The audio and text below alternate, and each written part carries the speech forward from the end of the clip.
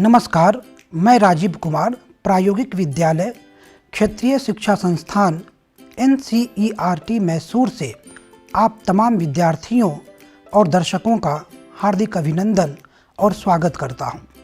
आज मैं चौथी कक्षा की हिंदी पाठ्यपुस्तक रिमझिम भाग 4 में संकलित एक खूबसूरत कहानी को लेकर उपस्थित हुआ हूं। विद्यार्थियों, आपसे लोग अक्सर एक सवाल पूछते होंगे, आप बड़े होकर क्या बनना चाहते हो? लेकिन जैसे जैसे हम बड़े होते जाते हैं, हमारे जीवन का लक्ष्य और इरादा बदलता चला जाता है। कभी हम डॉक्टर बनना चाहते हैं तो कभी इंजीनियर, कभी हम डांसर बनना चाहते हैं तो कभी एक्टर, कभी हम टीचर बनना चाहते हैं तो कभी सिंगर, कभी हम साइंटिस्ट बनना चाहते हैं तो कभी आर्टिस्ट, है ना?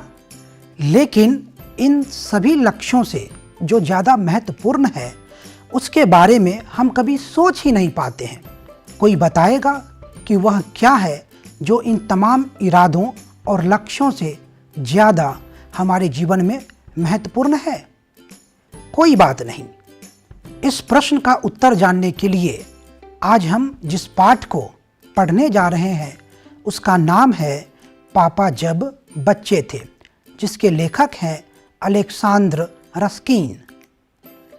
इस कार्यक्रम के अंत में विद्यार्थी कहानी वाचन के आदर्श शैली से अवगत हो सकेंगे, पाठ में आए नए और कठिन शब्दों के सामान्य अर्थ को जान सकेंगे, शब्दों से बने वाक्यों का अपने लेखन और वाचन में कैसे प्रयोग करना है उससे बच्चे अवगत हो सकेंगे। इस कहानी में प्रयुक्त सर्वनाम शब्दों से भी वे अवगत हो सकेंगे।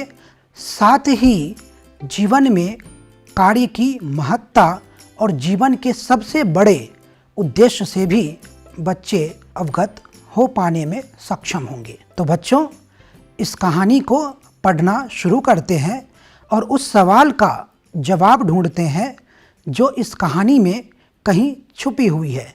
तो शुरू करते हैं पाठ का आदर्श वाचन। पाठ का शीर्षक है पापा जब बच्चे थे।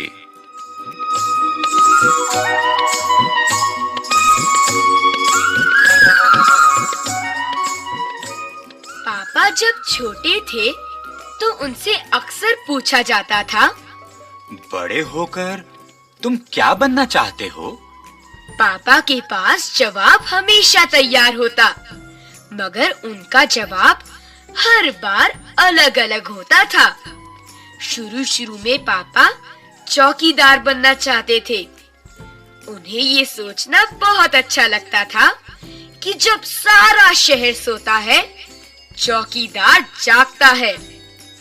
उन्हें ये सोचना भी अच्छा लगता था कि जब हर कोई सोया हुआ हो, वो खूब शोर मचा सकते हैं। उन्हें पक्का यकीन था कि बड़े होकर वो चौकीदार ही बनेंगे।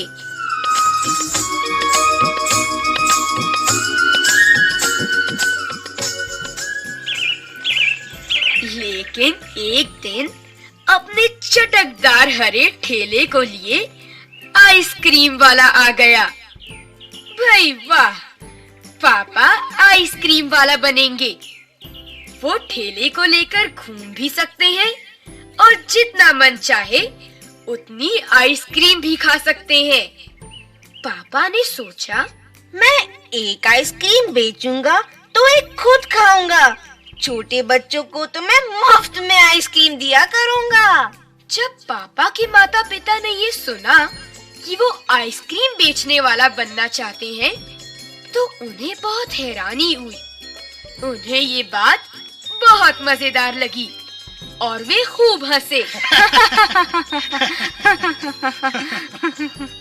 लेकिन पापा इसी बात पर अड़े रहे कि वो यही काम करेंगे।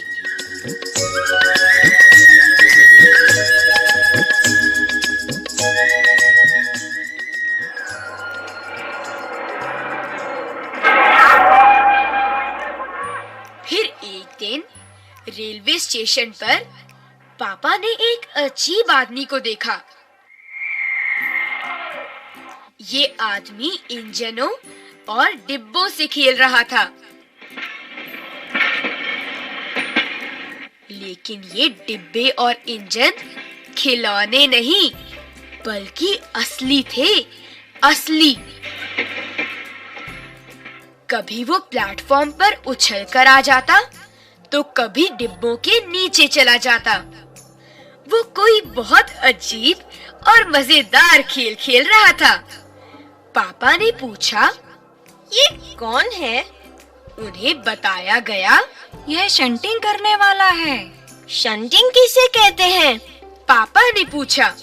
जब रेलगाड़ी अपनी यात्रा पूरी कर लेती है तो उसे अगली यात्रा के लिए तैयार करना होता है। रेलगाड़ी की साफ सफाई की जाती है, इंजन को घुमाकर ईंधन पानी भरा जाता है। इसे शंटिंग कहते हैं। पापा को बताया गया। बस पापा को पता चल गया कि वो क्या बनेंगे। वो तो रेलगाड़ी के डिब्बों की शंटिंग करेंगे। इससे भी ज्यादा मजेदार और क्या हो सकता है? जाहिर है कि कुछ भी नहीं।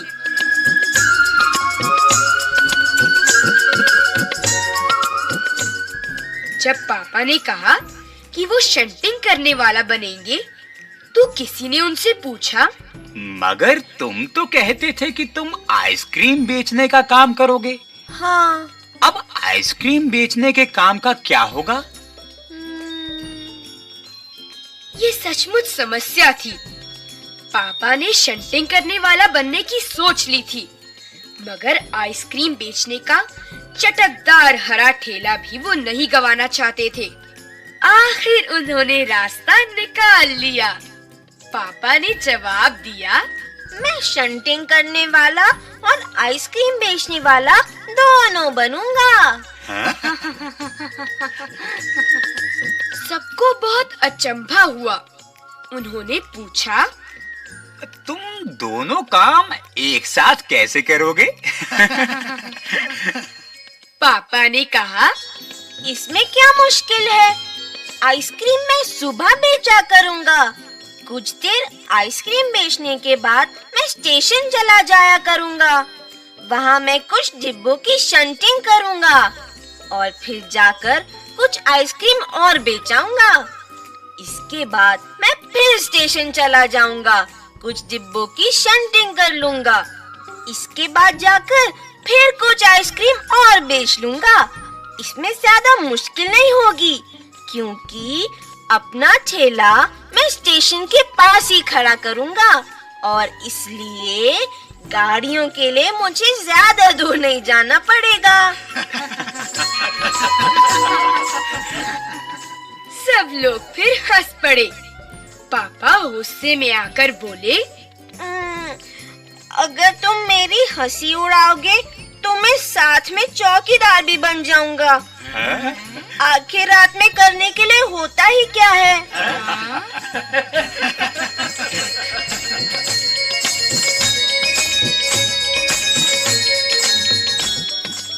सभी कुछ तय हो गया। लेकिन एक दिन पापा को वायुयान चालक बनने की सूझी। इसके बाद उन्होंने अभिनेता बनने की सोची। इसके अलावा वो जहाजी भी बनना चाहते थे। कम से कम वो चरवाहा बनकर लाठी हिलाते हुए गायों के पीछे घूमते हुए अपने दिन बिताना तो चाहते ही थे। अंत में एक दिन उन्होंने तय किया कि वो असल में जो बनना चाहते हैं वो है कुत्ता। भौं भौं भौं भौं भौं। उस दिन वो दिन भर चारों हाथ पैरों पर इधर उधर भागते हुए अजनबियों पर भौंकते रहे। भौं भौं भौं भौं भौं भौं। एक बूढ़ी महिला ने उनकी सिर को सहलाना चाहा, तो पापा ने उन्हें काटने की कोशिश तक की।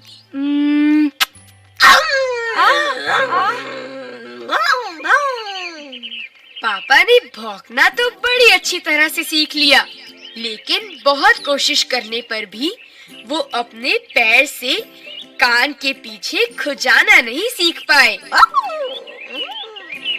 उन्होंने सोचा कि अगर वो बाहर जाकर अपने पालतू कुत्ते के साथ बैठ जाएं, तो शायद वो कान के पीछे खुजाना ज्यादा जल्दी सीख जाएंगे। पापा कुत्ते के पास जाकर बैठ गए। उसी वक्त एक अजनबी फौजी अफसर उधर से निकला।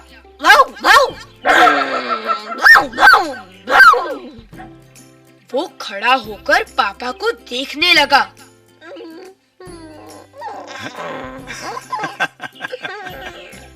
वो उन्हें कुछ देर तक तो देखता रहा और फिर उसने पूछा, ये तुम क्या कर रहे हो? पापा ने जवाब दिया, मैं कुत्ता बनना सीख रहा हूँ। तब फौजी ने पूछा, तुम कुत्ता क्यों बनना चाहते हो? पापा ने कहा, क्योंकि मैं काफी दिन तक इंसान बनकर रह चुका हूँ। अफसर ने कहा, बात तो सही है, पर क्या तुम जानते भी हो कि इंसान किसे कहते हैं? पापा ने पूछा, मुझे तो नहीं पता, आप ही बता दीजिए। अफसर ने कहा, इसके बारे में तुम अपने आप सोचो।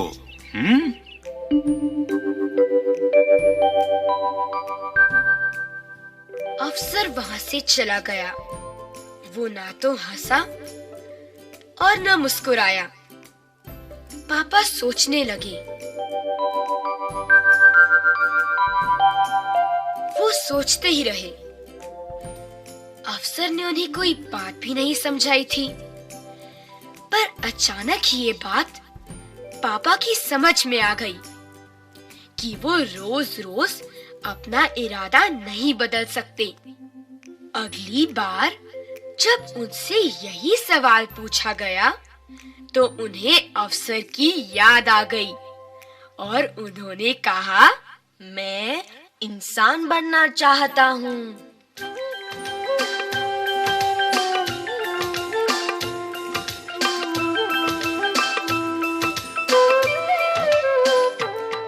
इस बार कोई भी नहीं हंसा और पापा समझ गए कि यही सबसे अच्छा जवाब है। आज भी वो यही समझते हैं। पहली बात तो यही है कि हमें अच्छा इंसान बनना चाहिए।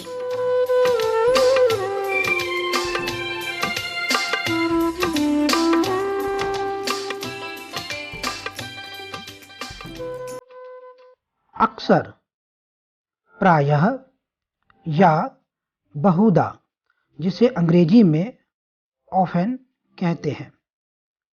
हम अक्सर पार्क में घूमने जाते हैं। दूसरा शब्द है मुफ्त, जिसका सामान्य अर्थ है निःशुल्क या बेदाम, अथवा जो हमें बिना कीमत दिए या बिना मेहनत किए मिलता है, जिसे अंग्रेजी में फ्री कहते हैं। उसका वाक्य प्रयोग देखते हैं। कल मॉल में 2 शर्ट की खरीदारी पर एक मुफ्त मिल रहा था। गंवाना, खोना या बर्बाद करना, जिसे अंग्रेजी में टू लॉस कहते हैं। इसका वाक्य प्रयोग देखते हैं। हमें समय नहीं गंवाना चाहिए। चौथा शब्द है यात्रा, जिसका अर्थ है प्रस्थान या एक स्थान से अन्य स्थान को जाना, जिसे अंग्रेजी में ट्रैवल कहते हैं। इसे हम वाक्य में इस प्रकार प्रयोग करेंगे। हम रेलगाड़ी से दिल्ली से मैसूर की यात्रा करेंगे। पांचवा शब्द है अचंभा, जिसका सामान्य अर्थ है आश्चर्य, जिसे अंग्रेजी में सरप्राइज भी कहते हैं। इसका वाक्य प्रयोग देखते हैं। बोलती गुड़ियों को देखकर सबको अचंभा हुआ। छठा शब्द है वायुयान, जिसका सामान्य अर्थ है हवाई जहाज, जिसे अंग्रेजी में एरोप्लेन भी कहते हैं। इसका वाक्य प्रयोग देखते हैं। बाढ़ में फंसे लोगों को वायुयान से निकाला गया। अगला शब्द है अभिनेता, यानी नायक या हीरो। अंग्रेजी में इसे एक्टर या हीरो भी कहते हैं। इसका वाक्य प्रयोग देखते हैं। अमिताभ बच्चन एक फिल्म अभिनेता हैं। अगला शब्द है अड़े रहना, जिसका अर्थ है टिके रहना। अंग्रेजी में इसे स्टेइंग स्टिकी कहते हैं। इसका वाक्य प्रयोग देखते हैं। हमें अपनी बात पर अड़े रहना चाहिए। अगला शब्द है अजनबी, जिसका सामान्य अर्थ है अनजान व्यक्ति। अंग्रेजी में जिसे स्ट्रेंजर कहते हैं। इसका वाक्य में प्रयोग देखते हैं।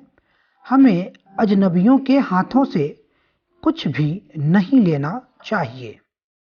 इसके बाद है अफसर, यानी अधिकारी, जिसे अंग्रेजी में ऑफिसर कहते हैं। इसका वाक्य प्रयोग देखें। मेरे दोस्त के पापा पुलिस अफसर हैं। और अंतिम शब्द है इरादा, जिसका सामान्य अर्थ है इच्छा, जिसे अंग्रेजी में इंटेंशन या डिजायर कहते हैं। इसका वाक्य प्रयोग देखें। बड़ा होकर क्या बनने का इरादा है? तो आइए अब एक नज़र पाठ के सारांश पर डालते हैं। पापा जब छोटे थे तो उनसे अक्सर पूछा जाता कि वे बड़े होकर क्या बनना चाहते हैं। पापा का जवाब कभी एक जैसा नहीं होता। शुरू में वे चौकीदार बनना चाहते थे। फिर उनकी नज़र आइसक्रीम वाले पर गई तो उन्होंने आइसक्रीम वाला बनने की ठानी। एक दिन पापा ने रेलवे स्टेशन पर शंटिंग करने वाले आदमी को देख लिया। फिर क्या था? उन्होंने कहना शुरू किया वे बड़े होकर रेलगाड़ी के डिब्बे की शंटिंग करेंगे। फिर दादाजी ने पूछा, फिर आइसक्रीम बेचने के काम का क्या होगा? पापा ने जवाब दिया, मैं दोनों काम करूंगा। सुबह मैं आइसक्रीम बेचूंगा और उसके बाद स्टेशन चला जाया करूंगा। यह सुनकर सभी हंस पड़े, लेकिन पापा गुस्सा हो गए। अचानक एक दिन पापा को वायुयान चालक बनने की सूझी। इसके बाद उन्होंने अभिनेता बनने की सोची। इसके अलावा पापा ने जहाजी और चरवाहा भी बनना चाहा, किंतु अंत में उन्होंने तय कर लिया कि अब वह कुत्ता बनेंगे। उन्होंने भौंकना तो बहुत जल्दी सीख लिया, लेकिन वह अपने पैर से कान के पीछे खुजाना नहीं सीख पाए। इसके लिए कुत्ते के पास जाकर बैठ गए। उसी समय एक अजनबी फौजी अफसर उधर से निकला और वह खड़े होकर पापा को देखने लगा। फिर उन्होंने पूछा, यह तुम क्या कर रहे हो? पापा ने जवाब दिया, मैं कुत्ता बनना सीख रहा हूं। फौजी अफसर ने फिर सवाल किया, तुम कुत्ता बनना क्यों चाहते हो? तब पापा ने जवाब में कहा कि वह बहुत दिनों तक इंसान बनकर रह चुके हैं, इसलिए अब कुत्ता बनना चाहते हैं। इस पर फौजी अफसर ने उनसे पूछा, इंसान किसे कहते हैं? पापा ने कहा, आप ही बता दीजिए। इसके बाद फौजी अफसर यह कहकर चला गया कि इसके बारे में तुम खुद सोचो। पापा सोचने लगे। अचानक यह बात उनकी समझ में आ गई कि वे रोज रोज अपना इरादा नहीं बदल सकते, और अंत में उन्होंने तय कर लिया कि वे एक अच्छा इंसान बनेंगे। इस कहानी के मूल उद्देश्य की बात करें तो हम पाते हैं कि हम जीवन में कुछ भी बने, हमें इंसान बनने की कोशिश सबसे पहले करनी चाहिए। साथ ही हमें बार बार अपने लक्ष्य या इरादों को बदलना नहीं चाहिए, बल्कि पूरी ईमानदारी से हमें उस लक्ष्य के पीछे लगे रहना चाहिए। तभी हम जीवन में सफलता हासिल कर सकते हैं। विद्यार्थियों, अब हम पाठ में प्रयुक्त सर्वनाम शब्दों को समझने के लिए कुछ दिए गए वाक्यों पर नजर डालेंगे।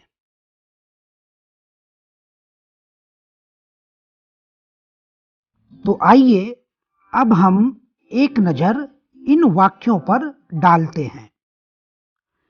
पापा जब छोटे थे तो उनसे अक्सर पूछा जाता कि वे बड़े होकर क्या बनना चाहते हैं।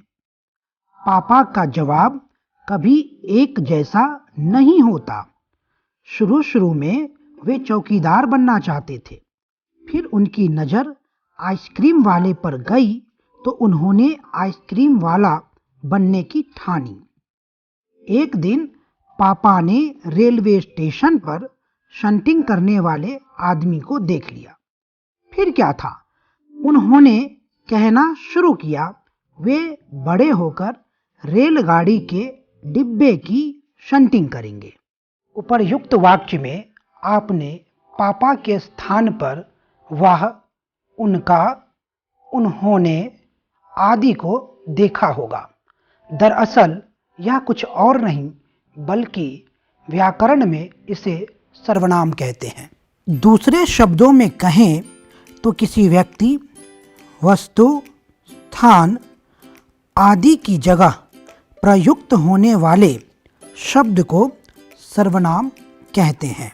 विद्यार्थियों, उम्मीद है कि आज के इस कार्यक्रम के माध्यम से आप कहानी वाचन के आदर्श शैली, पाठ में आए कठिन शब्दों के सामान्य अर्थ और उनके जीवन में उपयोग के तरीके तथा पाठ में प्रयुक्त सर्वनाम शब्दों से वाकिफ हुए होंगे।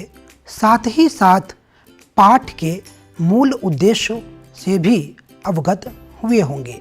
आज के कार्यक्रम में इतना ही। फिर मिलेंगे नए पाठ के साथ।